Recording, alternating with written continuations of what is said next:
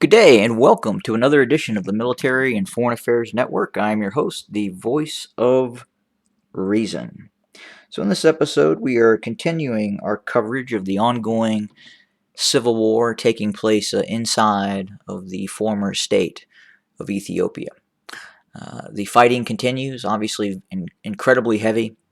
We are really right now seeing two main advance routes by the Tigrayan Defense Forces deep into the Amhara region. First, the biggest operation that is currently ongoing is the operation to launch an attack on the city of Dessie. The Tigrayan Defense Forces have proceeded obviously south of Weldia.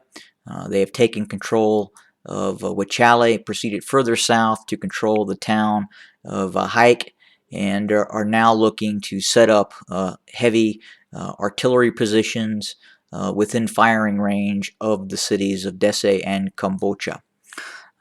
We understand that the leadership of the Tigrayan Defense Forces have reached out to senior members of the city of Dessie to Kambalcha and have demanded the surrender of those forces in the town of Dessie and Kambalcha, or the capitulation of the city where these forces are withdrawn. So we're really seeing two issues at hand. We have the Amhara militias based in the city. Some of these nationalist militias, such as FANO and other organizations, are not willing to negotiate and not willing to withdraw, and are in all probability looking for a fight in the city. At the same time, these forces are putting up a tremendous pressure on the Ethiopian National Army. We have seen this occur in other cities as well, such as Weldia, and we have seen it in Kobo, where units of these Amhara paramilitary militias have turned on the Ethiopian army for withdrawing or attempting to withdraw from a certain location, whether that is for strategic reason or tactical reasons.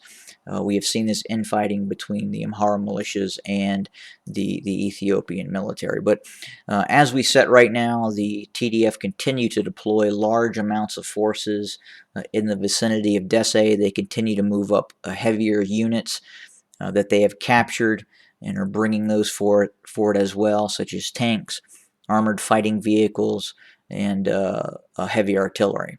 And we could probably see our first real cases of heavy urban combat if these towns are not surrendered by the opposing forces of the Ethiopian army and the Amhara paramilitaries that are in the town. But it would appear that quite a significant force is present and is building up, ready for a fairly significant attack against these two cities. We continue to see operations in the west as well, another area of very significant operations as the Tigrayan Defense Forces continue to press south towards the target of Gondar. We know now that the TDF has surrounded Debark, has sealed Debark off, and is working its way south in the vicinity of Dabat and south of Dabat as the TDF continue to press south. We are seeing a fairly significant resistance by the Amhara militias, by the remaining elements of the Ethiopian National Army. We continue to see the Ethiopian Army, the Amhara militias, continue to operate in the south central region as well, east of Debre Tabor, east of Nefis Micha, as they attempt to, at some point, try and retake Gashina. So Gashina quite possibly could have traded hands 1 to 2 times. It is now firmly in the possession of the Tigrayan Defense Forces. And right now, the heaviest action that we are seeing is as the TDF approach the fairly large city of Dessie. But we have also received the reports that there may have been some sort of operation in the town of Sakota. There's been a couple of Amhara sites, news media outlets that report that they have taken the town of Sakota again.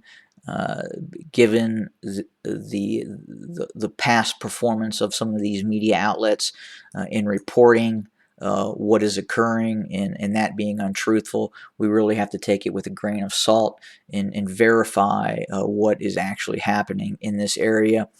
It really wouldn't make a lot of sense. I'm not saying it's not possible, but given who controls what right now, it would seem unlikely. Now, obviously that could change, but right now it doesn't hold a lot of merit. But we will continue to see and watch what's going on, and quite possibly as the TDF continues to focus on two major targets right now. Obviously, the drive towards Gondar and the drive and the attack on Dessie and Kombolcha. There's a lot of assets that are being deployed into these areas, and that means assets have to be removed from other areas, which could make them susceptible to counterattack. And could we have seen that in these other areas? Possibly. But right now, the loss of Dessie and Kombolcha would be much more of a defeat and much more of a win for the Tigrayan Defense Forces and a defeat for the Amhara militias and the Ethiopian army than the recapture of Sakota.